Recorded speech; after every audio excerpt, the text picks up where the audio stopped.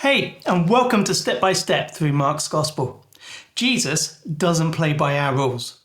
He's not afraid to tread on toes when it's needed. As a result, he wasn't popular with the people who called the shots in Jerusalem. They wanted to get rid of him. What would you have done? In this episode, we're looking at Mark chapter 11 and verse 27 through to Mark chapter 12 and verse 12. I know I've said it a number of times in the last few episodes, but do try and read the passage for yourself, as well as listening to me. To help, I put a link to an online Bible in the video description. I want you to imagine that someone has come to see you at your house. They ring the doorbell, you open it, and invite them in. Immediately, their eyes lock on a picture in your hall, and they tell you it's in the wrong place. It should be 6 inches to the left. A bit of a strange beginning, wouldn't you say?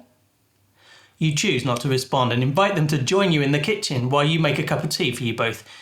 You get to the kettle and from behind you comes another comment. No, that's not right. The kettle should be over that side of the room.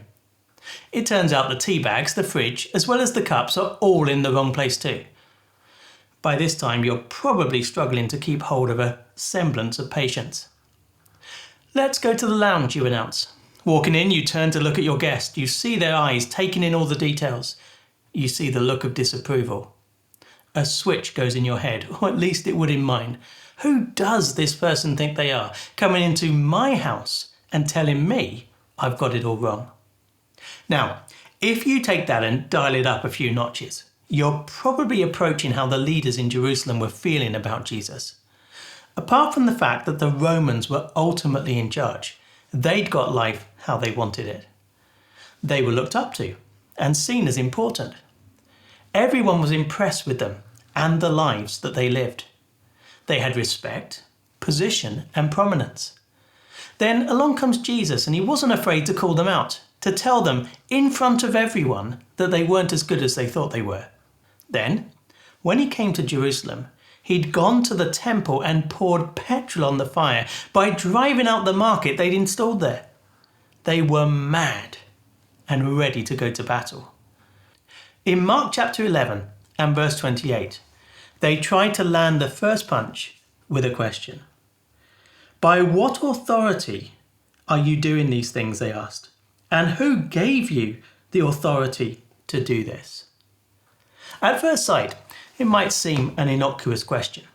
Are the leaders genuinely interested in Jesus? No. As Jesus shows us, they were motivated by political aspirations and motivations. Jesus doesn't answer the question. Instead, he throws back one of his own. In verses 29 and 30, we read, Jesus replied, I will ask you one question. Answer me, and I will tell you by what authority I am doing these things. John's baptism, was it from heaven or of human origin? Tell me. Now, John was a preacher, and we met him in Mark chapter 1. His job was to prepare the people for the coming of God's king.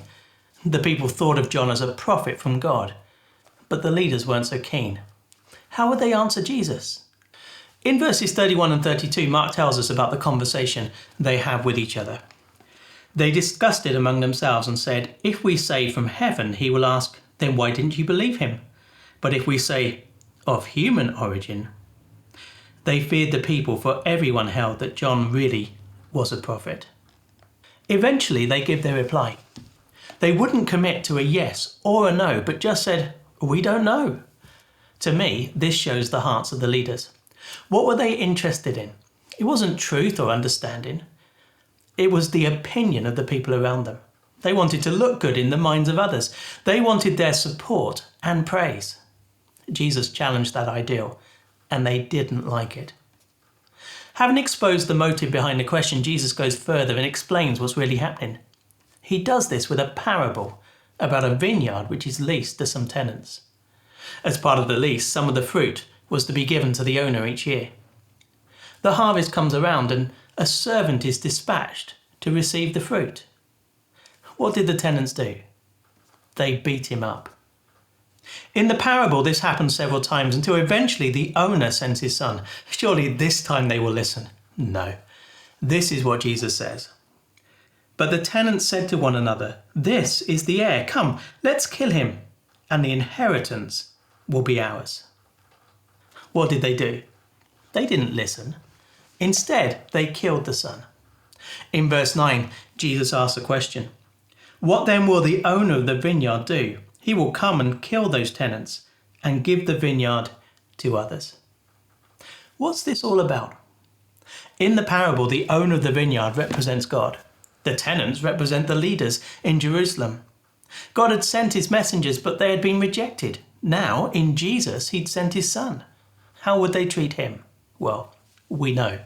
They would reject his presence as an interference and choose their own way over God's. Would that be wise? I guess that depends on how serious you think Jesus is about the warning at the end of the parable. When these leaders saw Jesus, what did they say? I think it was something like this. Who does he think he is? How dare he interfere in our lives? They rejected him and wanted to get rid of him. If you're interested in following Jesus, or you are following Jesus, it's important to get sorted on this point. Jesus won't bow to our will. We have to bend to his. He will challenge the life we're living, and he's not afraid to step on our toes. He's not about bolstering our ego or making us look good. If you invite him into your life, he will make changes. How are you going to deal with that? Next time, we'll see the leaders trying to land 2 more blows. Will they hit their mark? If you want to be notified when that episode comes out, subscribe to our YouTube channel, like the Facebook page, or connect to the podcast through Spotify or Apple Podcasts. Hopefully, see you next time.